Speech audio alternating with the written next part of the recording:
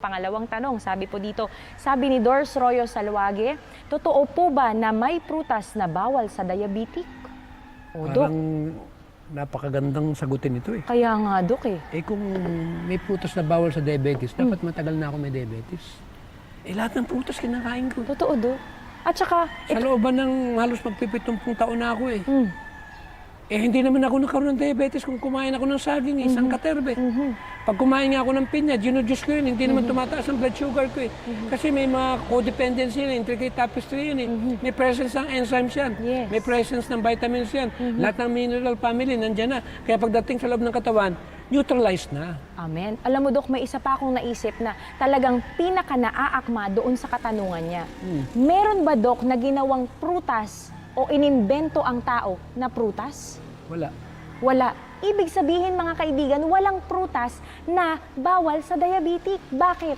Kung talagang matigas ang ulo nyo at sobra-sobra po ang pagkain nyo, yun po yung pinag-uusapan natin last week, tinitiyak ko po sa inyo, magkakadiabetes po talaga kayo. At wag po natin isisi sa prutas. Baka naman po kumakain kayo ng pahapyaw ng tsokolate, ng kape. Pagbibintangan ng saging kumisan. Yes, totoo yan. Mataas na ang potassium. Naku, yes, totoo yan, Dok. Lalo na Kawawa sa atin. naman yung saging.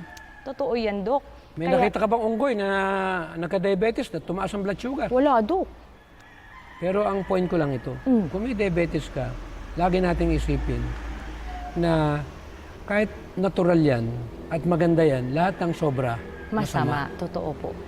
Eh kung kahit saging nga lang yan, eh kung isang piling naman. Totoo yan, Dok. Pero ang maganda naman, pag sumobra ka sa prutas, alam ba yung epekto nito? Ano, Dok? Unang-una, pinipilit mo na lang kasi bibigyan ka naman ng katawan mo ng paalala eh. Ikaw ba, kumain ng papaya, kaya mo bang ubos ng isang papaya? Hindi, Dok. Bakit hindi mo maubos? Eh, kasi sabi ng katawan mo, tama na, Gladys. Nauuta ka? Yes. Kumpleto na, nakuha mo na yung nutrients na kailangan mo dun sa papaya. Nasubukan ko yun eh. Kumain ako ng papaya, eh naglagay ng isang slice na isang mangkok. Aba, nung naubos ko isang mangkok, ang tingin ko ron sa mga natitira pa inyo na. Eh kung kanin yan eh. Totoo, Dok. Sige, At may adobo dyan eh. Naku, Dok, sige yan. Sigurado, yung kanin sa kaldero, babalikan ko yan eh. Totoo yan, Dok. Eh, bakit? Uunti-untiin mo pa yung adobo, mga kaibigan. Yun yung pagkakaiba. Nasubukan mo ba yan? Oo, Dok. Maglagay ka ng isang mangkok na papaya. At may nakikita kang papaya pang hinog doon na hindi pa nabibiyak.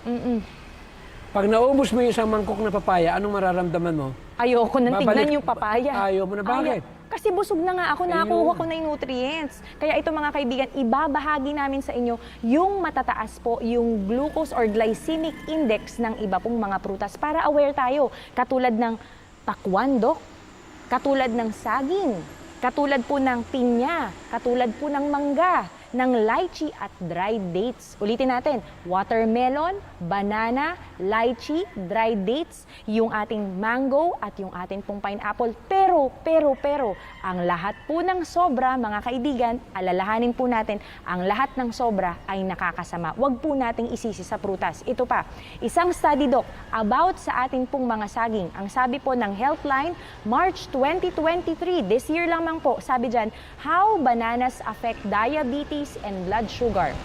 It says there, bananas contain sugar, starch, and some fiber. Ulitin natin, ang bananas daw po, meron siyang asukal, meron siyang starch, and some fiber. This means that the sugars in bananas are more slowly digested and absorbed, which could prevent blood sugar spikes. O, di ba?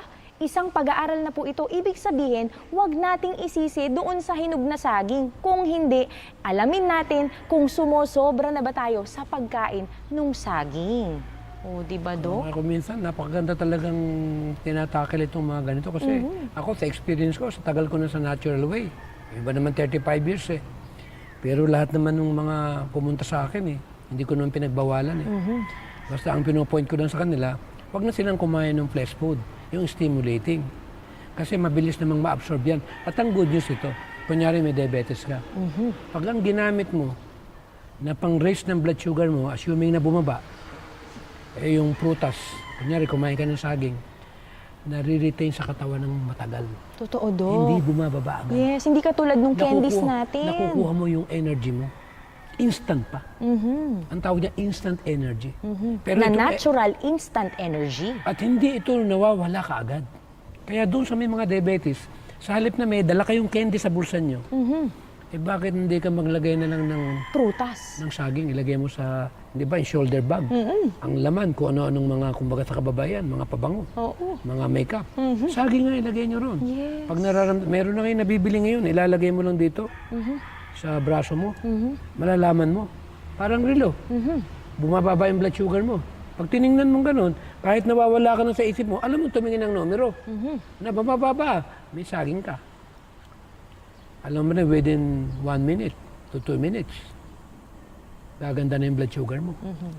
Kaya ba't ka magdadala ng candy? Totoo Ang do. masama yung, alam mo ba kung ano yung iba dala? Ano do? Soft drinks. Ay, totoo yan, Dok. Di ba? Eh, alam naman natin ang ingredients niya. Yes. At hindi lang yun, Dok. Ang asukal po ay mahigit sa 10 spoons. 10 spoons hanggang 12 spoons. Isipin nyo, para kayong kumain ng talagang buong asukal. Naku, Alam mo grabe, sa Dok. experience ko, pag na-take ng mga green stuff, pwede naman, yung diabetes ay nawawala. Amen. At pag hindi ka kumain ng fresh food or any stimulating type of food, at na-cleanse ka, at nagsimula ka na magbagong buhay sa larangan ng pagkain, ang good news ito, huwag kayong matakot. Mawawala yung diabetes nyo. Dahil ang Panginoon ang nagkaloob ng kapamaraanan sa tao. Maliban na lang ayaw mo.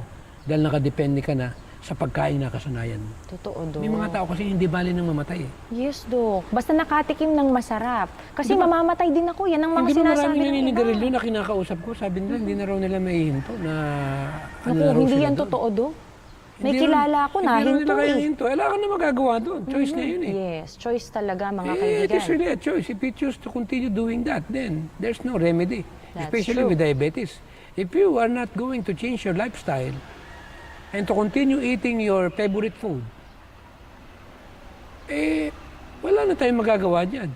Pero kung handa ka na magbago at sumunod dun sa programa na ibig ng Panginoon na masunod ng marami mga tao, ako'y naniniwala, gagaling yung sakit niyo. Maniniwala tayong goodbye, diabetes.